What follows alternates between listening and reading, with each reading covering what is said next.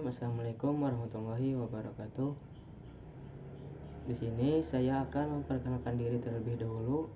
Nama Ahmad Talibin dengan NPM 20220774. Di sini dari lokal 3F reguler Sekolah Tinggi Ilmu Administrasi Amuntai. Saya ucapkan terima kasih kepada dosen yang saya hormati, Bapak Domi Hidayat SHI selaku dosen pengasuh mata kuliah Hukum Islam. Tujuan dari video ini adalah untuk memenuhi tugas final tes mata kuliah Hukum Islam. Baiklah, masuk kepada soal yang pertama. Hukum Islam merupakan hukum berbasis keyakinan yang dianut oleh kaum muslimin.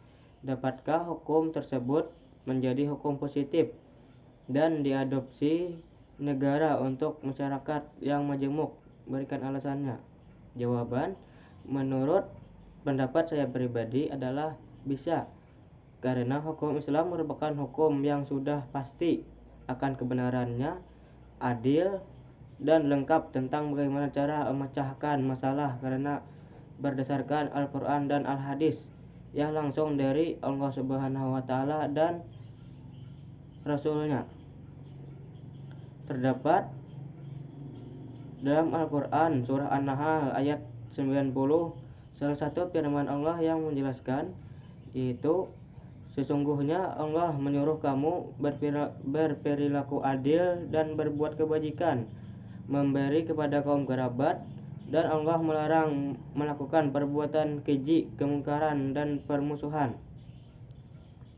Hukum Islam disebut juga sebagai sumber pembentukan hukum nasional atau hukum positif yang ada di negara Indonesia.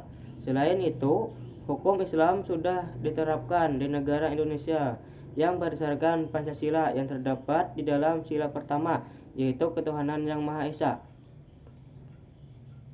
Hukum Islam saat dulu sudah digunakan oleh berbagai kerajaan Islam. Hukum Islam yang sampai saat ini masih digunakan, salah satunya adalah di daerah Aceh yang masih menganut sistem hukum Islam sampai saat ini. Akan tetapi, hukum Islam itu akan mudah menjadi hukum positif atau hukum nasional kalau di suatu daerah atau negara yang banyak menganut agama Islam tersebut.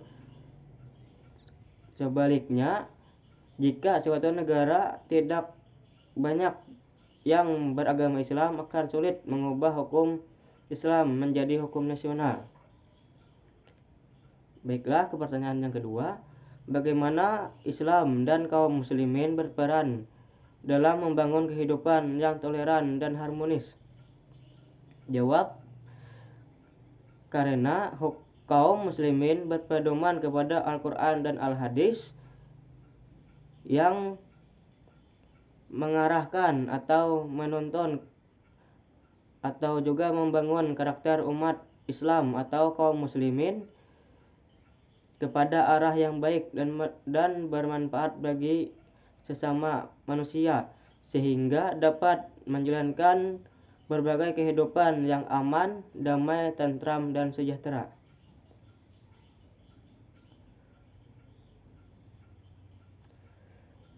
Yang berdasarkan sumber utama, yaitu Al-Quran dan Al-Hadis. Karena di dalam Al-Quran dan Al-Hadis sudah terdapat bagaimana cara membangun kehidupan yang sangat baik dan berguna bagi sesama manusia. Salah satu contoh hadis Rasulullah SAW yaitu, sebaik-baik manusia di antaramu adalah yang paling bermanfaat bagi orang lain. Hadis riwayat Bukhari. Selanjutnya kepada soal yang terakhir, soal yang ketiga. Hukum Islam pasti mengandung kemaslahatan bagi manusia dan dalam kehidupannya. Bagaimanakah meyakinkan hal tersebut agar hukum Islam diterima oleh hukum nasional? Jawaban, menurut saya pribadi, untuk meyakinkan agar hukum Islam diterima oleh hukum nasional adalah dengan mengingat kejadian-kejadian yang telah terjadi sekarang ini, yang mana sudah dijelaskan di dalam Al-Quran dan Al-Hadis yang sudah lama di masa lalu. Selain itu, hukum Islam juga sangat jelas akan kebenarannya dan mudah menjalankannya sesuai hukum Islam tersebut. Karena hukum Islam mempunyai banyak pendapat yang berperan penting bagi kehidupan manusia, dari yang paling mudah atau yang paling sulit. Dalam istilah itu disebut dengan kaul lemah dan kaul keras. Sekian dari saya. Atas perhatian saya ucapkan terima kasih, dan kalau ada terdapat kesalahan saya mohon maaf yang sebesar-besarnya. Assalamualaikum warahmatullahi wabarakatuh.